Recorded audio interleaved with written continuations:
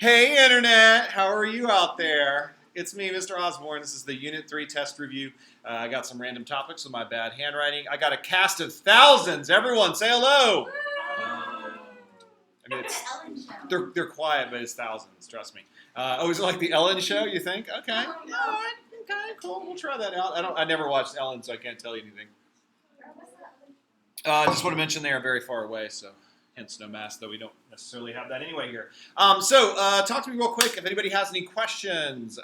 Just off the top, I kind of answered a lot of these in class today, or at least tried to when we had some time for that. But does anybody have anything specific that they wanted to ask about? Do it. What's the overall outline? Like, what amount of questions are going to be like DBQs or stuff like that? Yeah, no DBQs, remember. Okay, so the question is, what is the sort of overall structure, I guess, of the test? So again, this is just going to be 42 multiple choice questions, of which a little more than half are going to be stimulus-based. I think when I did the numbers on these, it looked like it was about maybe like 25 to 15 or something like that, 25 to 17 or something along those lines. I'm trying to kind of slowly increase these so that by the end of the year, when we're doing like our Unit 9 test, it'll just be all stimulus-based questions, just because that's what's going to be on the exam.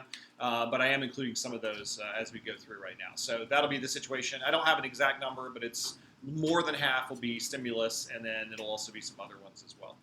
Okay, yep, cool, good question. And again, I'm going to drop 2 for sure. I may drop more depending on how bad everybody does, just depending. We like to norm our tests, kids, norm them. Okay, other questions? Yeah? In 30 Years' War, is the cause there just the Catholic versus Protestant, or is there more to that? Yeah, great questions. The question's about the 30 Years' War and its causation. A couple things about the 30 Years' War. So one of the biggest factors of it is this Protestant versus Catholic conflict, right? But at the same time, it's not just that, all right? Like, nothing is ever just that. Like, if there's one thing you need to learn from this history class, and from your history classes in general, is that simple answers to questions, like historical questions, are not good answers to historical questions, right? So in this case, then, it's not just the Protestant-Catholic conflict that's going on. There's also a lot of political issues going on. So, for example, the Habsburg monarchs. The Habsburgs is a royal family that is from like Spain and also from Germany. And so they are in charge of the Holy Roman Empire at this time, and they want to expand their holdings, whereas other people don't want that to happen. So, for example, at one point, Sweden gets involved and starts fighting.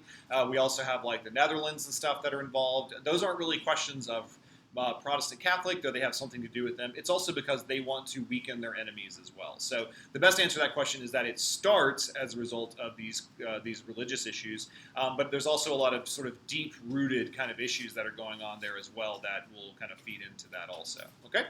Good question. Other questions? All right, well, let's talk over a couple of specific topics here. I know there's a little bit of glare on there from the screen, from the TV, but hopefully we can kind of figure it out, okay? So my topics are kind of silly as they're arranged here. So first off, our question, we want to talk a little bit about gunpowder, and I put, why so boom boom? So the answer to that question, that's just me being ridiculous. So gunpowder is an important part of our topic here. Like, I mean, it's literally the name of some of these empires, right? Land-based empires, specifically those 3 Muslim gunpowder empires, but also China as well as Russia. They all have these kind of things about gunpowder. But one of the things that we want to think about when it comes to gunpowder is sort of like, what does it do for these groups, right? Like, what is the purpose of having the power of gunpowder? How does it affect world history at this time, right? So, for example, what is it that people with gunpowder can do? Fight. Okay, fight, kill. Those are very specific answers. Okay, good. I mean, but what's the point of doing that? They aren't just fighting for fun, right? What are they trying to do? Yeah, right. So they're trying to dominate and conquer their enemies, right? So one of the things that's really interesting to me here, and like the historians in general, is this kind of issue about like nomadic groups, right? So for a long time, nomadic groups like the Mongols or others had incredible amounts of power, right? They were able to swoop in and destroy. Part of the reason for that is that if you think about like in these cities of the Chinese dynasties or whatever, most people in those cities are well fed, but they're mostly well fed on things like, you know, rice and vegetables and stuff, right? Whereas these nomads are literally every day just eating tons and tons of protein. The average person in Chinese dynasties or whatever didn't get a ton of protein. They weren't incredibly strong, right? Whereas these guys are just incredibly strong, incredibly powerful. They have these powerful bows. They're really good at riding horses. They're very good at these kind of things, right? But guess what? A nomadic person really can't deal very well with. Yeah, being shot, right? So the thing is that the last sort of gasp of these things is going to be stuff like Tamerlane, right? Who's there, who's kind of the spiritual grandfather of some of these gunpowder empires. Also the Manchu invasion for the Ming as well is a little bit of that as well. So those are just examples basically of how gunpowder starts to really dominate things. Like we don't have any more of these nomadic like conquests anymore after those groups. It's kind of hard to, it's debatable whether the Manchus were sort of that kind of thing in general, but that would be the last example of that. There's no more of that that's going on because the power of gunpowder is incredibly, incredibly strong. So anytime you're asked a lot of questions about these empires that are like, how did the Ottomans expand? Or how did the Safavids expand or whatever, right? One of the biggest and most important factors here is gunpowder. They're able to use powerful weapons to defeat their enemies and to expand, etc. It seems like really simple. Like I feel like I'm kind of saying this and y'all are like, yeah, well, duh. But but it is an important thing to remember. If you're asked questions about like how do these groups expand, they expand primarily through military forces, through being able to defeat their enemies through gunpowder. And when they fight each other, like when they have two gunpowder empires against each other, then it ends up with stalemates a lot of times. So Safavids, Ottomans, remember, are going to basically beat heads against each other because they keep trying to fight each other, but they both have similar military, similar power, and they're unable to defeat each other. So that's why the lines are sort of like stay pretty stagnant for them for quite a long period of time. Okay? Who's got questions here? Don't forget, gunpowder is not just guns. Like in this period, and particularly with the Mughals and others, we're talking like cannons, right? So if you like think about an image or something, if you see a big cannon in that image, that's what it's kind of talking about, is these gunpowder empires instead. Questions about gunpowder. Gunpowder and its importance. Cool. Okay, well, the next little kind of topic for us here is just kind of a big general discussion sort of religion, okay? Like that, there are a number of questions on the test that are about religion, okay? And specifically, they're going to be about some of these kind of groups and things that we see up here. So, for example, Islam, okay? So remember, there are a couple of different divisions here that are going on within Islam. So we have the Sunnis and the Shias, which is our big primary difference. What was that debate over again? The ability or authority to practice, I guess, preach Islam. To be in charge of Islam, essentially. Yeah. Shia says that only the bloodline of Islam. Good.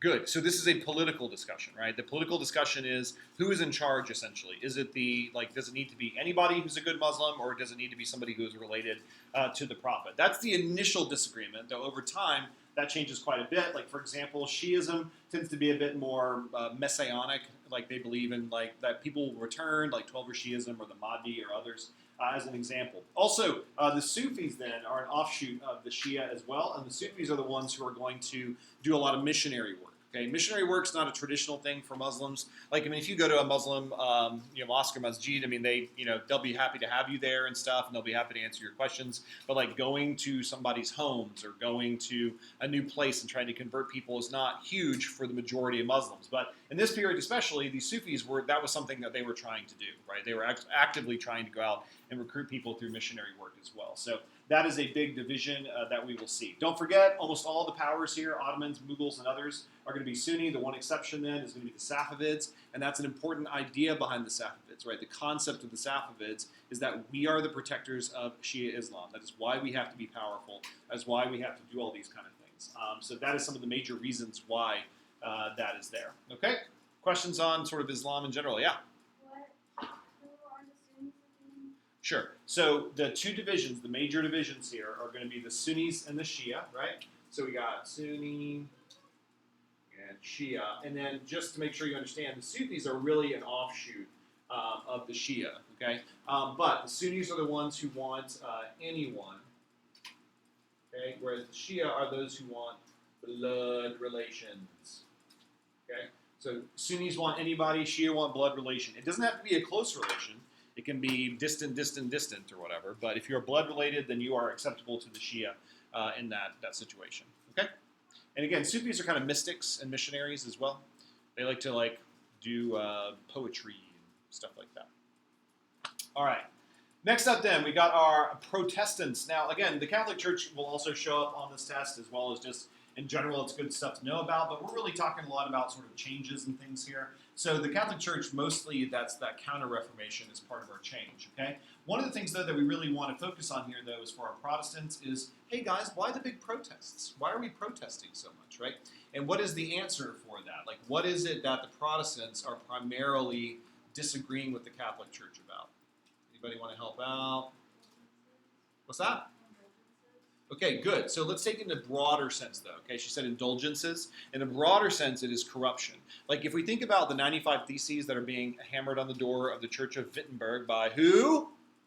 Martin Luther, very good. If we think about that, right, actually almost all 95 of those are about indulgences specifically. Okay, he is not necessarily like trying to change the church entirely from the beginning. Now, eventually he will do that. But the initial question there really is questions about indulgences, questions about problems with the church. Martin Luther talks during his lifetime, like he talks about going to Rome, and he expects it to be this amazing spiritual experience, and instead it is just awful. Like there's just people there trying to buy, like, you know, priests and others. There's like people selling fake relics from the Middle East. I mean, he's like, it's just terrible. Like the whole place is really awful. It's very corrupt at the time. So that is one of his big issues, is this issue of corruption. Okay, now that is his primary issue. There are other issues though as well, right, which come about through Calvin and others. One of the other big things then is not just that people are unhappy with the church because of the way it's operating.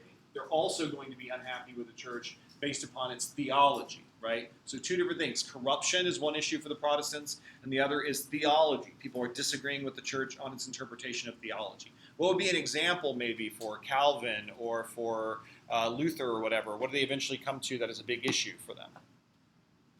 Yep. Well, for Luther, he ends up believing in salvation through faith alone. Good, yes. You don't have to do any of the Catholic things. You just have to believe. Excellent. So that's like our big kind of example thing here, right? Which is a difference in doctrine. Okay, so this idea of sola fide, faith alone is the only thing that you need to have. The Catholic Church says it's a more diverse experience. You need to have faith, but also works, as well as a bunch of other things like doing the 7 sacraments and all that kind of stuff are all going to be examples of that. Whereas Luther, as well as eventually the Calvinists and others, are going to say, no, it's much simpler than that. You don't need that stuff. You don't need the church. You don't need all these things that the Catholic Church tells you that you need. Those are all structures and like kind of organizations that they say that are not a part of the stuff that they need to do. Okay, so that's a huge foundation as well. Don't forget too, though, those are the big reasons why, but don't forget too with Anglicanism, it's just because he wanted to get a divorce and the Pope wouldn't let him. But that is also a political disagreement, right? Like that's a disagreement about who's in charge of your country, okay? So the Catholic Church had a lot of influence over these different countries, you know? Like think about like, if you were the King of England, you could do anything you want, basically. And some guy and some Italian guy in Rome is like, no, you don't get to divorce your wife or whatever, right? Like that would be pretty frustrating for him, and it was very frustrating for Henry and other monarchs. Like these monarchs have all this power. This is the time when people start. It's not quite when we have divine right of kings, but it's in the same kind of era as that. You know, people are literally like, I am appointed by God, and then you know the Pope's like, but you can't do whatever you want to do. So it was very frustrating to a lot of people. So as a result of that, that is a kind of a third thing, right? Actually, I should have probably said 3, right? So there's questions about corruption of the church, there's questions about theological issues, and also political issues when people are getting mad about the Pope being in charge. Yeah? So, is there a religious difference between Anglicanism and Catholicism? Catholicism. Initially, not really. Okay, initially it's just a question about can you get divorced or not. What happens though is that people like Thomas Cranmer and others will start to kind of fold in some of the Protestant ideas into Anglicanism, right? But like if we were to create, this is not something that you can really do, but if we were to simplify things greatly, and we were to create sort of a line, you know, from Catholic Church, you know, this way, as far as like how close you are to the Catholic Church, right? Like, you know, Calvinist-inspired churches and Lutheran-inspired churches might be over here, right? Anglican churches are pretty close, right? They're over here. They're going to still have that idea of faith alone, but they're also going to have priests and stuff. Like, they don't have monks, really, not that I know of, but they're not going to have, but they're going to be very similar in a lot of ways, you know? Like, if you were just sort of like from an overseas and like you didn't know anything about Christianity and they took you to a Catholic church and an Anglican church, you might not even realize that there are differences between them because of the outward kind of images and stuff that you see in those places. So, okay, good question. Okay, and then lastly here, just Sikhism in general. Just know about Sikhism. That would be a good thing to know about, right? This is, of course, going to be the founder, Guru Nanak. I think I mispronounce that every time. But the guru there is the first guy who starts off. It is, again, a syncretic religion, meaning that it has inspirations from both Hinduism as well as Islam. And it is kind of persecuted against in its initial phase. Any questions about Sikhism? We good on that? This isn't about Sikhism, but going back to Sufism, that type of Islam. So there's a major conflict between Sunnis and Shiites. Do they have the same type of persecution for Sufis? What do you mean? So there's obviously one of the reasons the Ottomans and Safavids fought was because of the religious differences. So do they have the same thing for places that are largely Sufi? No. Sufi fits kind of within Shia. Like Shia are tolerant of the Sufis as well. It's kind of just like a different perspective on Shiism instead. So it's not an actually major theological. It is theologically different. This is not really important for what we're doing right now, but just like as the basic level of what Sufism is about, it's a mystical version of Islam, right? Like Islam is fairly practical in general, but this is a mystical version. What that means essentially is that, so the Prophet Muhammad, according to the Muslims, ascends into heaven from Jerusalem, and along the way he sees the face of God, which is so bright and amazing that the few pictures that we have of the Prophet Muhammad, his head is like on fire. He has like a halo, basically, which is supposed to be like, this guy saw the face of God, right? And so but he's supposed to be the only one, being the prophet of God. So most Muslims would say, oh, you can never do that. When you die and you go to paradise, then you will gaze upon the face of Allah or whatever. But the Sufis are like, no, we think within our lifetimes we could do those kind of things. So they're very mystical in their nature. They're going to be writing poetry, and they're going to be doing all kinds of things to try to get them more in touch. I don't think they did drugs, but that would be that's the kind of the kind of group. You know what I mean? They're trying to have mystical experiences and stuff in order to achieve enlightenment, in order to achieve this kind of thing that they're looking for. But again, while the Shia are not huge fans necessarily, they are tolerated within the Shia group because the Shia tend to be a little more tolerant of disagreements within their group than some others would be. Okay, yeah. Again, that's not probably going to be on the test, but. All right, let's move on then if we don't have any other things here. Two things I want to point out here.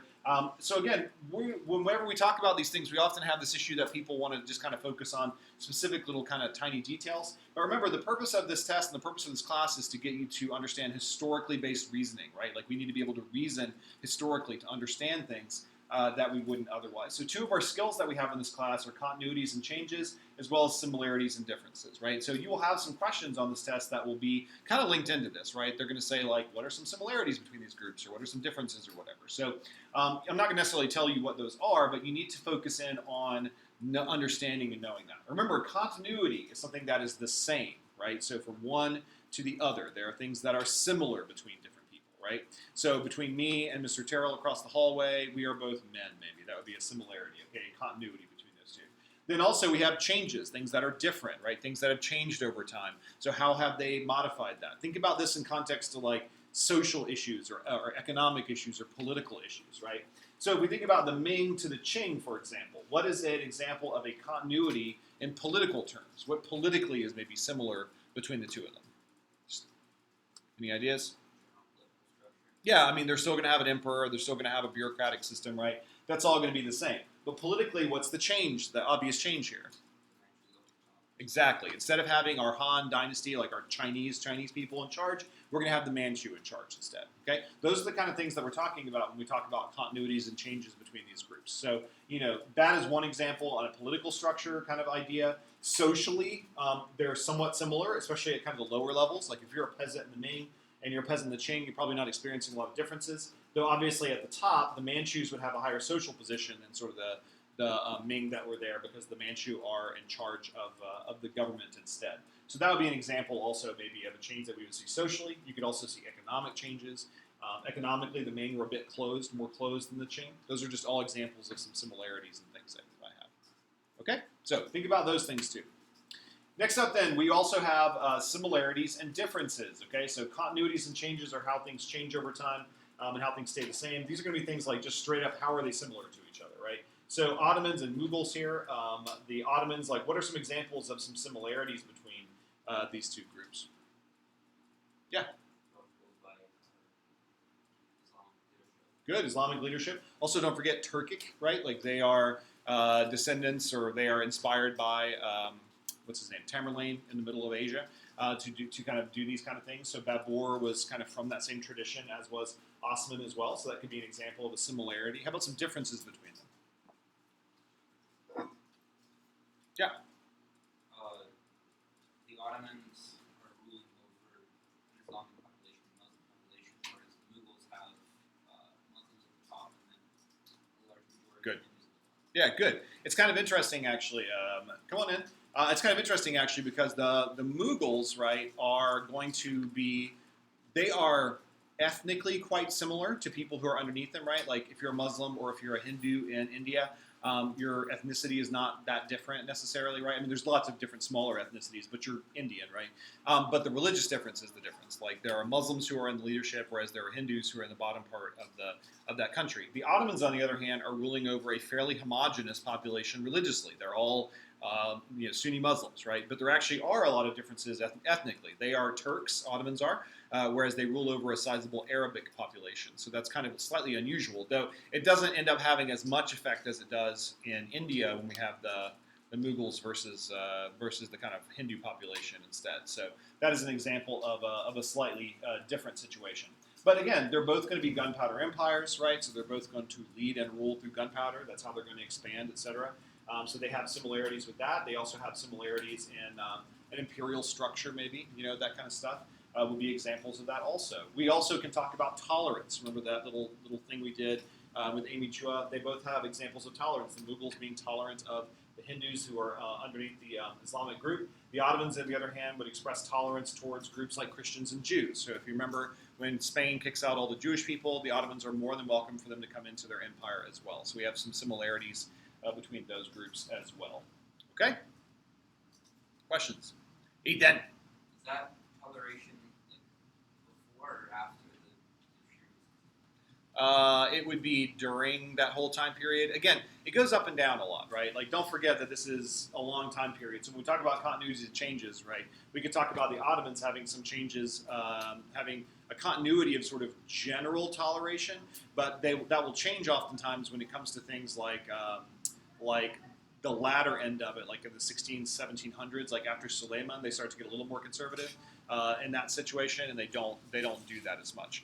It's weird. You described the Devshirme as almost like an example of being intolerant, but it's not necessarily intolerance. Like they kind of consider themselves to be nice to do that kind. It's not like they're like, we're going to stamp out all the Christians and get rid of them. It's more like, here's an opportunity for you to become a Muslim and to become somebody in our leadership. Like becoming a janissary was not, or being the Devshirme also gave like advisors and stuff. Like it wasn't a bad thing for the people who were there.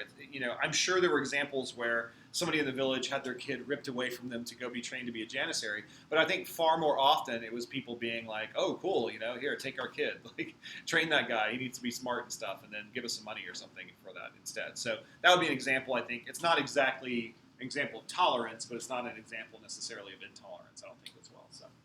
Okay, let's move on then with a few more minutes here. Let's talk about the end of empires. Now, this is a little bit problematic for this unit, and I know a lot of y'all had questions in particular about talking about Russia on the study guide.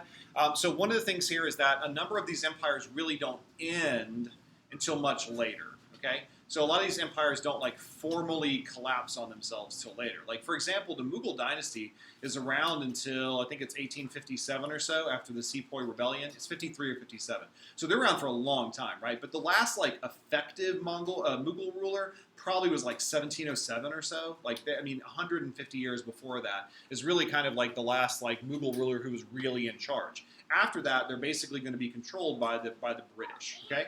So that's one thing to remember about the differences between these situations. When we talk about the end of things, it's going to come a lot later. Same thing with the Ottomans, right? The Ottomans are at their height in the 16th century, about 1600 or so, and then they'll start to decline after that, right? But their decline's pretty rapid. By about 1700, 1750, they're in charge of a lot of space, but they're really not a top-tier power. By the late 19th century, the 1850s, 1860s, they're literally called the sick man of Europe. That is a country that's about to fall apart. It's in really bad shape. They lose a war called the Crimean. Well, no, they win a war, but the only way they're able to win a war, the Crimean War, is with help from the French and the British. So they're in a really bad situation, right, in general. So long story short is that when we talk about the end of empires, like we need to understand that these empires like effectively end before some of these other dates. And one of the big factors here that's going to affect them is what's going to happen within Unit 4. What is it? So the Ottoman Empire, remember, is at the end of the Silk Road. There's all this great stuff coming through the Ottoman Empire, and then they're going on to trade it to the Europeans. What do you think happens that changes that situation for the Ottomans? It's something we haven't exactly talked about, but you should be able to figure out pretty easily. What happens to all of these trade routes that we learned about in Unit 2? Why do they end up sort of declining after a bit, or some of them do at least? The fall of the Mongols, I guess, because they would have been. That will definitely affect the Silk Road. Yeah, absolutely. That will definitely affect it. Not what I'm looking for here, though. Huh? Black plague. Oh, no, that has a big impact. That's very true. But yeah, Would it be part of like the Safavids and Mughals that might not let them through? no, think about when this is happening, though, right? 1600, 1550s or so.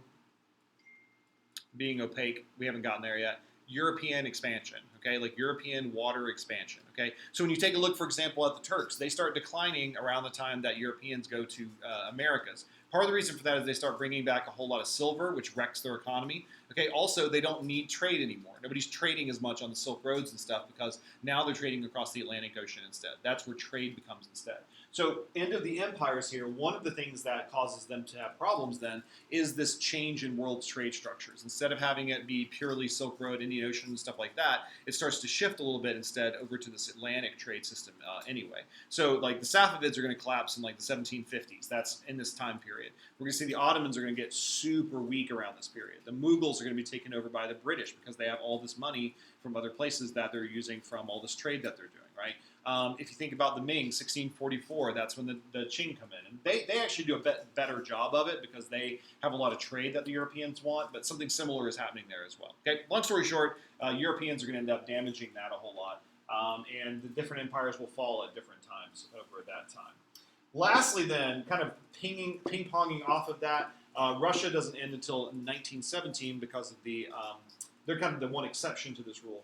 1917 due to the Communist Revolution. But one of the things we need to think about here a little bit is this Westernization that's going on within Russia. Okay, so this is kind of a little bit of an outlier in this unit. It doesn't fit great kind of anywhere specifically, but it's kind of a bit of that administration of empires, so 3.2, which is that under a lot of the emperors, they didn't do a whole lot. A lot of the czars were pretty content with what things were happening there up until Peter. Okay, Peter the Great comes in and he decides that he wants his country to be more westernized, right? What are some things, if y'all remember from EMSCO or other places, what are some things that he does to try to make his country a bit more westernized? Yep. He tries to bring about industrialization. Good. He's going to try to do a little bit of that. He's trying to get a few of the serfs off the land. Doesn't really work out all that well. He creates a senate to like rule and rule. Okay, cool. Yeah, he's going to start sharing power a little bit. What else we got? Also moves the capital. He moves the capital. Excellent. He's going to create a brand new capital. If you saw a picture of St. Petersburg, it would look very similar like Paris or other places. Like that's where he built it. He wanted it to be extremely Western as well. A couple of other examples. He makes all the boyars, all the aristocrats, shave their beards, like big long beards. It's a very Russian traditional thing. He's going to get them to shave those beards off. He's going to get women to start wearing like nicer European clothes to court. Like if they want to wear something else at home, fine, but in court, you're going to wear these really nice kind of European style clothes as well. He's going to start bringing in like new kind of like shipbuilders and people. Like he's not bringing in like people talking about democracy and stuff, but he's definitely bringing in people who have new perspectives, new ideas that he wants to bring in, but specifically about a few very specific topics as well. Okay, so he is going to start becoming more and more Western as a result of that activity as well. Okay, got just a minute here before the end of this little session. What else we got? Any other questions? Anything spurred from that? Those are just some tips from some things there. All good? All right, awesome. And you're all good too out there. I hope you had a great time today. Everybody say goodbye to people on the internet. Bye. That was pitiful, but that's all right. Thanks for paying attention.